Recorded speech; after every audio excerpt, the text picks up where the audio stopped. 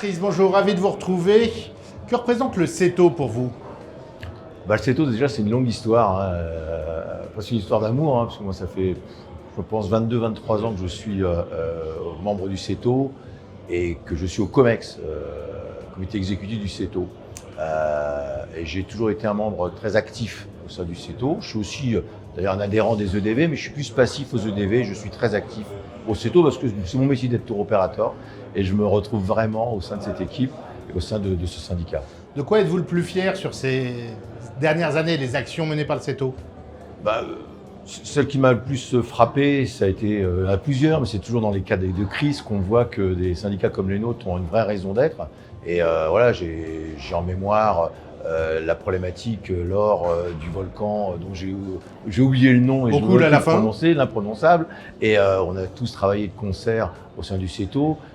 J'ai la mise en place de la première charte de la France. Je viens de signer la 4e en direct là, à l'instant, mais moi j'ai fait partie des gens qui ont travaillé sur la première charte Air France CETO, c'était en 2004. Vous voyez, ça date. Et puis à tout dernier lieu, l'épisode Covid, le CETO a été très très moteur dans toute la mise en place des bons à valoir. C'est du CETO que sont venues les réponses attendues par la distribution, par notre industrie. Ça prouve que voilà, le travail entre un producteur et un distributeur, c'est un travail qui se fait ensemble, côte à côte et non pas face à face. Vous l'avez rappelé, vous êtes membre du COMEX depuis de nombreuses années. Vous avez été nommé il y a quelques heures vice-président de ce syndicat. Qu'est-ce que ça représente pour vous cette nomination? De la fierté, bien évidemment, parce que c'est une nomination qui a été faite par mes pairs. Je ne me suis pas porté candidat, très honnêtement. Mon nom est sorti. J'y ai réfléchi parce que voilà, quand je m'engage dans quelque chose, je m'engage en me disant je vais y consacrer du temps, mon énergie, de l'envie.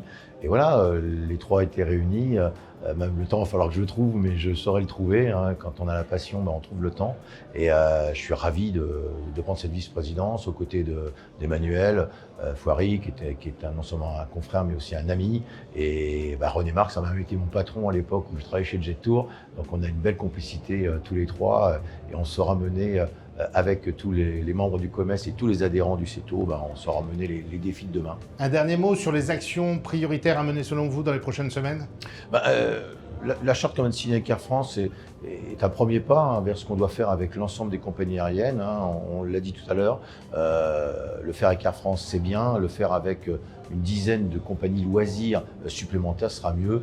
Aujourd'hui, le défi, c'est de stabiliser les relations entre notre métier d'agent de voyage, de tour opérateur et le métier de compagnie aérienne où on n'est pas forcément toujours d'accord sur tout, on ne suit pas les mêmes règles, les mêmes réglementations et on est toujours nous, tour opérateurs, entre le marteau et l'enclume. J'aimerais qu'ensemble, on pense client plutôt que de regarder notre nombril uniquement. Merci Patrice et à bientôt. Merci encore.